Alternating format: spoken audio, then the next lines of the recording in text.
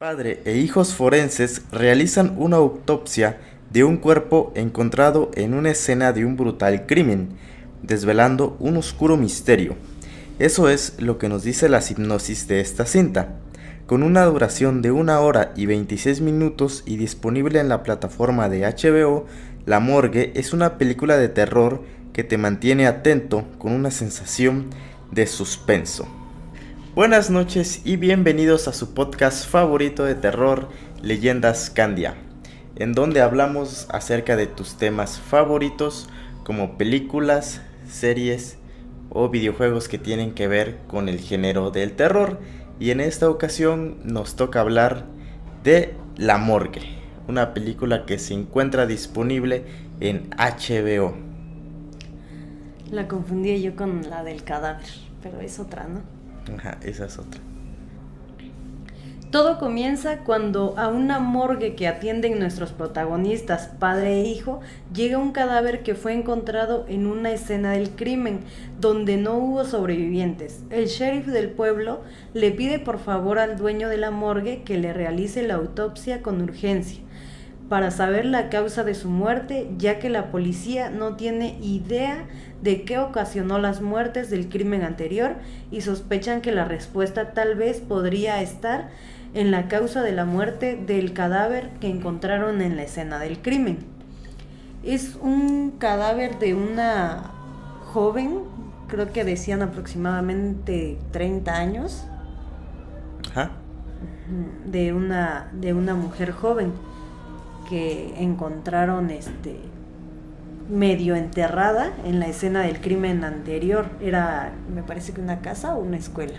No, una casa. O sea, fue un crimen brutal donde no hubo sobrevivientes. Uh-huh. Y el sheriff ya lo están presionando para que para que resuelva el caso, pues para que presionan al sheriff para que digan qué es lo que pasó en esa casa. Porque no tienen ni idea qué fue lo que pasó, simplemente todos están muertos. Ajá. Pero hay un cadáver. Hay más de un cadáver, ¿no? Ajá, o sea, hay un cadáver que no tiene causa de muerte visible. Ajá, que no tiene nada que ver con la familia. Uh-huh. Entonces, eso es lo extraño. Entonces... Y lo extraño que encuentran en la casa igual es que no tiene indicios de que lo hubieran querido robar, sino que no están forzado nada, sino al contrario, decía una policía que se veía como si los que estuvieran dentro de la casa quisieran salir de ella. Exactamente. Uh-huh. Eso es lo que pasa al inicio de la película. Es como la primicia de lo que empezaremos a ver en esta película. Justo cuando el hijo del dueño de la morgue se disponía a irse, llega este cadáver y el joven tiene que decidir entre quedarse a ayudar a su padre con la autopsia o irse con su novia. Y spoiler, se queda a ayudar a su padre. Eso es algo muy rescatable de la película. La relación entre el padre e hijo se me hace muy lograda. De verdad puedes sentir la conexión que existe entre estos dos personajes. Es lo que yo te decía, que al menos yo lo percibí así, que sí tienen una fuerte conexión lo que es padre e hijo. Tú decías que era algo más como parte de culpa del chico que se quedó esa noche más que nada, o en especial esa noche, porque él y su pareja tenían planes de irse al cine y disfrutar y pasar la noche juntos. Y cuando a último minuto, que ellos ya están de salida, llega el sheriff con este cadáver y él decide quedarse, a lo cual su novia se enoja porque pues ella ya estaban pues por irse, y le dice que ni siquiera le ha dicho que él ya se va a ir a estudiar fuera del pueblo o del condado en donde están, que lo iba ya a dejar solo, pues. Entonces sentí yo que fue como por culpa de que ya estaba cercano a irse a la universidad, me parece. Por eso más que nada por eso se quedó, pues. Ajá, pero independientemente de eso, sí se me hace que tienen una conexión fuerte, porque a veces es muy difícil que en tan poquito tiempo que dura una película refuercen eso. Bueno, no sé sí. de eso, pero sí se me hace punto rescatable de la película. Y manda a la chica a su casa y que regrese por él más tarde, que máximo en 2-3 horas iban a terminar de hacer la autopsia y ellos iban a poder llegar al cine por lo menos a la última función. Y en eso termina, digamos que la escena con su novia y comienzan a hacer la autopsia. Gran parte de la película transcurre mientras nuestros protagonistas van realizando la autopsia y van descubriendo cada vez cosas más extrañas en el cuerpo, como por ejemplo que sus muñecas y tobillos están destrozados, pero por fuera la piel está intacta. La lengua también fue mutilada, los pulmones parecen estar quemados, los órganos parecen tener cicatrices, una muela le fue arrancada. Y después quien le haya hecho todo esto la obligó a tragársela envuelta en un pedazo de tela que tiene algunas simbologías del siglo XVII, mismas simbologías que encontraron después tatuadas o cortadas debajo de su piel, así como como si te las hicieras con una navaja. Creo que eran más tatuadas. Pero aquí lo extraño es que el cadáver tiene todas estas cosas, todo fracturado, inclusive tiene los órganos quemados por dentro, pero por fuera no tiene nada. O sea, es lo que decían, que tenía aproximadamente 6 días supuestamente de haber muerto y no tenía rigidez cadavérica porque sus muñecas se movían. Rigor mortis. Todo su cuerpo estaba flexible todavía. Incluso cuando le abren el tórax, cuando le entierra la navaja con la que los abren, desconozco el nombre, le sale el chorrillo de sangre, pues. Fresco. Cosa que para un cadáver pues ya no debería de salir. Y le sale bastante, se ve en la plancha que tienen que le sale bastante. Entonces ahí como que se les hace extraño, pero siguen haciendo la autopsia. Y le van abriendo más y van ahí como descubriendo que no está nada bien por dentro. Sí, es cuando ya empiezan a ver algo extraño. Pues para empezar, ¿cómo puede tener los huesos destrozados y la piel intacta? Sin ningún moretón ni nada. O sea, los órganos quemados. Es como hay una escena para los fumadores que sacan sus pulmones y están totalmente negros. Y es lo que hablábamos entre nosotros, que te dije, mira, para los fumadores así están los pulmones. Y nos responden los propios personajes de la película que dicen, el padre le dice al hijo, aunque haya fumado toda su vida, estos pulmones no deberían de estar así. O sea, estaban demasiado mal. Y abriéndole el tórax, se le levanta como una pequeña capa de piel. Y el padre como que le da curiosidad y le va levantando poco a poco la parte de acá y va viendo que tiene una doble piel. Entonces le levanta esta y se le abre así como si tuviera una doble capa, ¿no? Se le levanta una y ahí es donde tiene las cicatrices de las simbologías que están ahí, yo pienso que cortadas. Es cuando descubren esto que las cosas se empiezan a poner paranormales y críticas. En la radio se pronuncia una voz que dice que lo único seguro es que no saldrán vivos de ahí, y toda la iluminación de la morgue explota, y al recobrar el conocimiento se dan cuenta que los demás cadáveres de la morgue ya no están donde deberían, y nuestros protagonistas tendrán que salir huyendo por sus vidas. Y es ahí cuando empezábamos como que a hacer teorías, ¿no? De, por eso no se veían indicios en la otra escena del crimen de que alguien hubiera querido entrar a la casa, sino de que ellos querían escapar de ahí. Salir. Pero para esto, supuestamente, en la película estaba una tormenta, ¿no? Una tormenta eléctrica. Por eso, supuestamente, habían explotado las luces y como que ellos mismos se querían engañar de que no pasaba nada, de que no había nada paranormal. De que era por la tormenta, de que, estaban muy, muy alzados los ánimos y todo, ¿no? Entonces se dejaron llevar y seguían hasta que fue cuando la explosión y vieron que no estaban los cadáveres, cuando ahí sí ya se lo tomaron en serio. Sí, cuando el joven, el hijo, es el que dice, oye, papá, vámonos de aquí porque esto está muy extraño.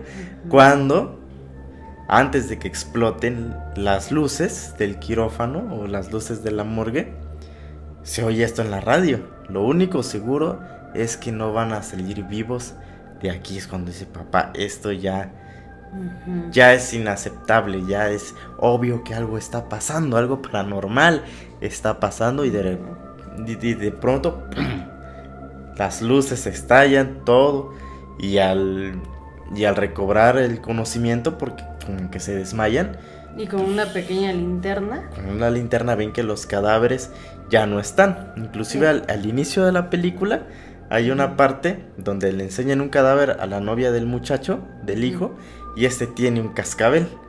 Y le explican que ese cascabel era para que cuando los enterraran... En los tiempos antiguos. Ajá, cuando en los tiempos antiguos la gente enterraba a sus difuntos, les amarraban ese cascabel para que se moviera por si es que seguían con vida. Pero era cuando los tenían en la morgue todavía, ¿no? Cuando los enterraban, era cuando les ponían una campanita.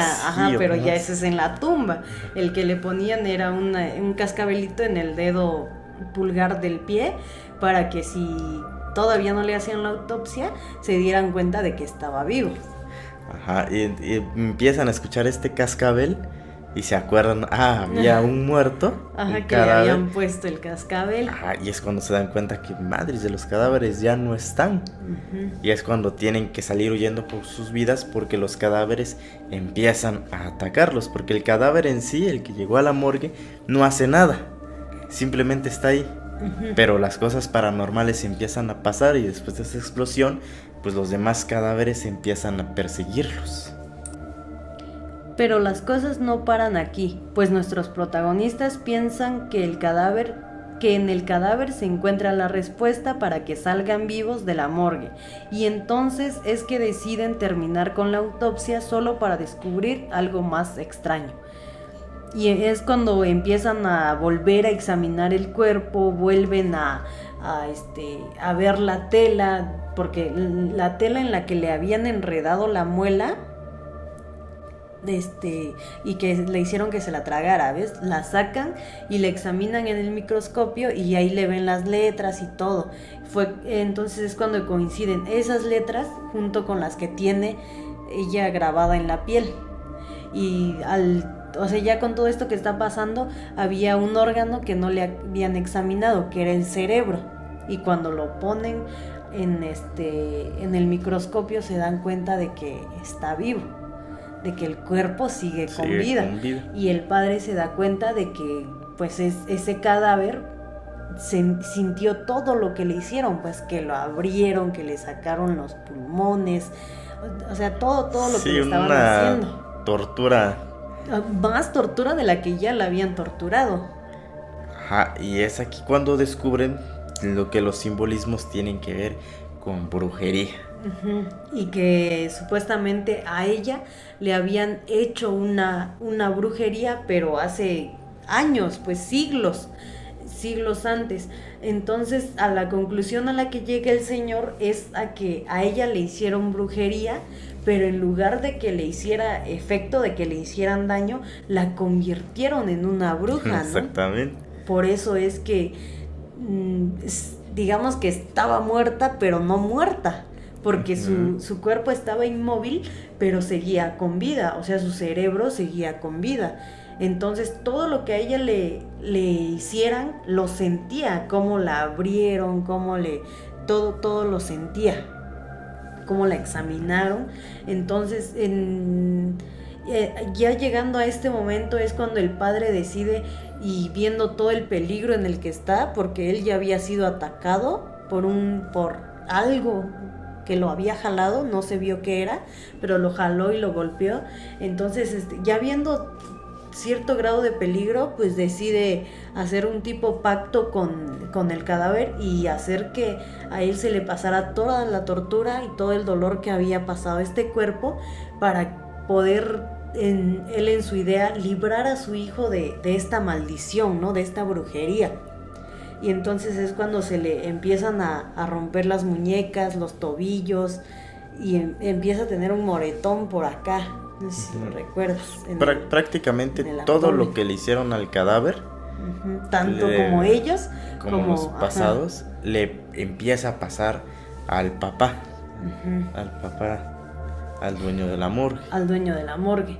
Pero es un dolor insoportable y le pide a su hijo que pues que ya lo mate, ¿no? Sí, que es porque lo está más sufriendo. Pues sí, lo más humano que le pudo haber hecho es su hijo accede y pues lo mata. Pero aún después de matarlo, pues no, se da cuenta de que no sirvió de nada, porque las cosas siguen sucediendo. Al final, pues dijeras tú, no soluciona nada porque las cosas paranormales siguen pasando. Al final, el padre piensa que sacrificando se va a salvar a su hijo, pero si algo nos enseñan las películas de terror es que no hay que confiar en el malo. Sí, Entonces, sí. ¿qué pasa cuando aparentemente la tormenta va a pasar para que el joven pueda salir, para que el niño pueda salir? Incluso, ahí interrumpiéndote, antes de que matara al papá, cuando los estaba persiguiendo el cadáver, les juega una broma mental, psicológica, de que están atacando al cadáver que trae el cascabel, porque él es el que los está atacando, no el cadáver de la mujer, sino el que trae el cascabel. El cascabel o otro, ya no recuerdo muy bien. Otro, pero porque tenían ya 3 más el que había llegado. Entonces se meten en el elevador y para que no entre el cadáver, el otro de los cadáveres, agarra un hacha, el papá, y le da un hachazo. Y según lo había vencido, ¿no? Así por así decirlo, lo venció. Y ya cuando regresa a la luz, antes de que regresaran a hacerle la autopsia otra vez, se dan cuenta que a la que mató era la novia del chavo, que le había dicho que regresara por él para poder ir al cine. Pero pues les jugó una mala broma, pues. Sí, y digo, volviendo a lo que me quedé, pues ya la tormenta supuestamente ya pasó. Piensa el joven que el pacto que hizo su papá le salvó la vida y va para arriba porque la morgue está como en algo subterráneo. Sube y madre, se topa con el fantasma de su papá, se podría decir, una imagen de su papá que hace que caiga. El cadáver de su papá, pues, o sea, apenas lo había matado hace unos minutos. Él en su intento de salir, estando en las escaleras, y de repente se le aparece el cadáver ahí de su papá, todo, pues mucha impresión para él. Cae de las escaleras y muere. Y así es como mueren nuestros 3 protagonistas. En esta película acompañarás a este padre e hijo tratando de salvar sus vidas mientras intentan acabar la autopsia de este cuerpo para encontrar respuestas que tal parece tienen que ver con brujería del siglo XVII. Una muy buena opción para ver en pareja si ambos son fanáticos de este género. Ve a verla y vuelve a los comentarios para que me cuentes tu opinión. Eso sería todo por esta ocasión. Yo soy Candia. Yo soy Vero. Y nos despedimos no sin antes recordarte que nos ayudarías muchísimo dándole a las 5 estrellas si es que nos oyes en Spotify y suscribiéndote al canal y dándole like si es que lo ves en YouTube. De antemano, gracias por escucharnos y nos estamos viendo en el siguiente capítulo de Hablemos de en Leyendas Candia.